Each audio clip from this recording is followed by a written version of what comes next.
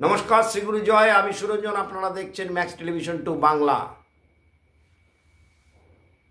ভারতের প্রাক্তন অধিনায়ক, বিসিসিআই এর সভাপতি, সিএবির সভাপতি, যিনি ভারতকে চোখে চোখ রেখে কথা বলতে শিখিয়েছেন, যিনি প্রথম ব্যক্তি, সেই সৌরভ গাঙ্গুলির কথাই কিন্তু হুবহু মিলে গেছে।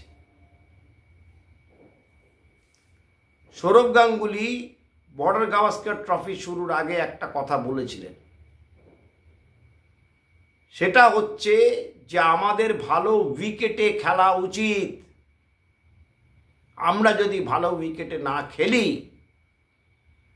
তাহলে কিন্তু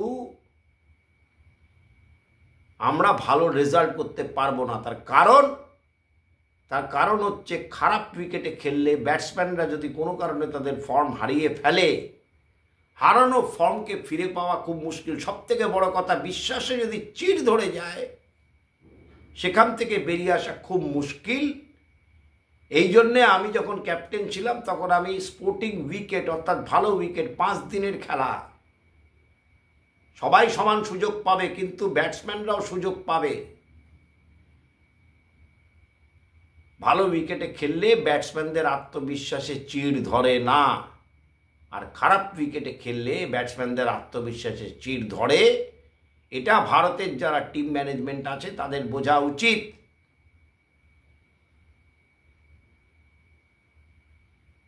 এবং ব্যাটসম্যান যদি রান না করে দেয় তাহলে পরে বোলারের পক্ষে ম্যাচ বের করে আনা খুব মুশকিল।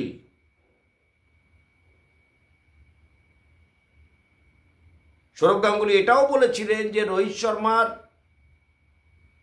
খুব ভালো খবর, রোহিত শর্মা বাচ্চা ভূমিষ্ঠ হয়েছে, রোহিত শর্মা দ্বিতীয়বার পিতা হয়েছে। রোহিত শর্মার উচিত ইমিডিয়েটলি পার্ট টেস্টের আগে গিয়ে যোগদান করা। আর শামি যা খেলছে, শামিকে ইমিডিয়েটলি নিয়ে যাওয়া উচিত। সেকেন্ড টেস্ট, পিঙ্ক বল টেস্টের আগে শামির পৌঁছে যাওয়া উচিত। আমি যদি হতাম, আমি শামিকে ফ্লাই করিয়ে নিয়ে আসতাম অস্ট্রেলিয়ায়। তো সৌরভ গাঙ্গুলির বক্তব্য কিন্তু হুবহু ফলে গেছে।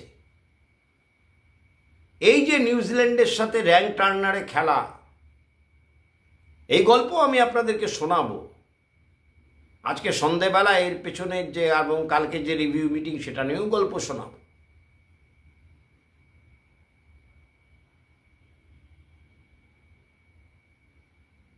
এইটা কিন্তু একদম উচিত হয়নি। ভারত কিন্তু ব্যাটিং ব্যর্থতায় আমরা হেরেছি। আমাদের ব্যাটিং, বাংলাদেশের সাথে আমরা হারতে পারতাম। এক সময় 144 রানে 6 উইকেট হয়ে গিয়েছিল। সেখান থেকে অশ্বিন এবং জাডেজা যদি খেলাটাকে না ধরতো তাহলে আমরা হারতে পারতাম।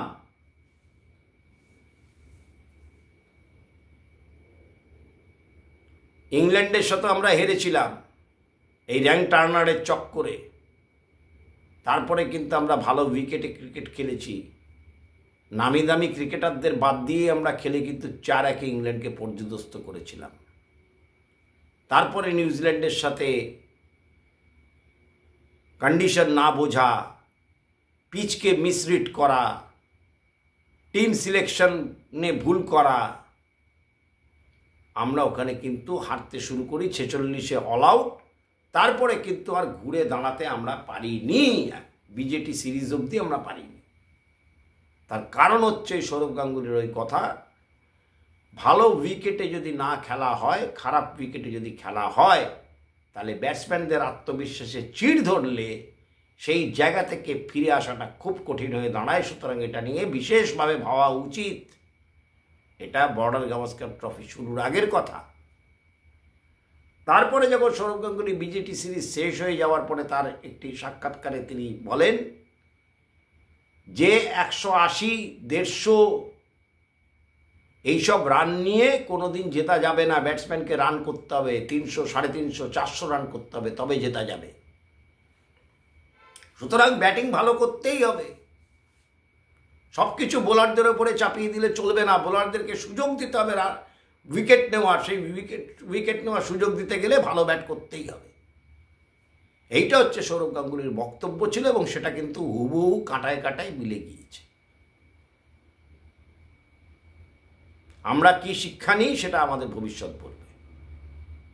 আপনাদের যদি এই প্রতিবেদনটি ভালো লেগে থাকে তাহলে আপনারা অতি অবশ্য ম্যাক্স টেলিভিশন 2কে লাইক করবেন, কমেন্টস করবেন, শেয়ার করবেন এবং চ্যানেল সাবস্ক্রাইব করবেন। সেই সঙ্গে নোটিফিকেশন বেলটাও আপনারা ক্লিক করে দেবেন। সবাইকে শুভ নববর্ষ, হ্যাপি নিউ ইয়ার। খুব ভালো কাটুক সমস্ত ম্যাক্স টেলিভিশন 2 বাংলার দর্শকদের। অনেক অনেক ধন্যবাদ।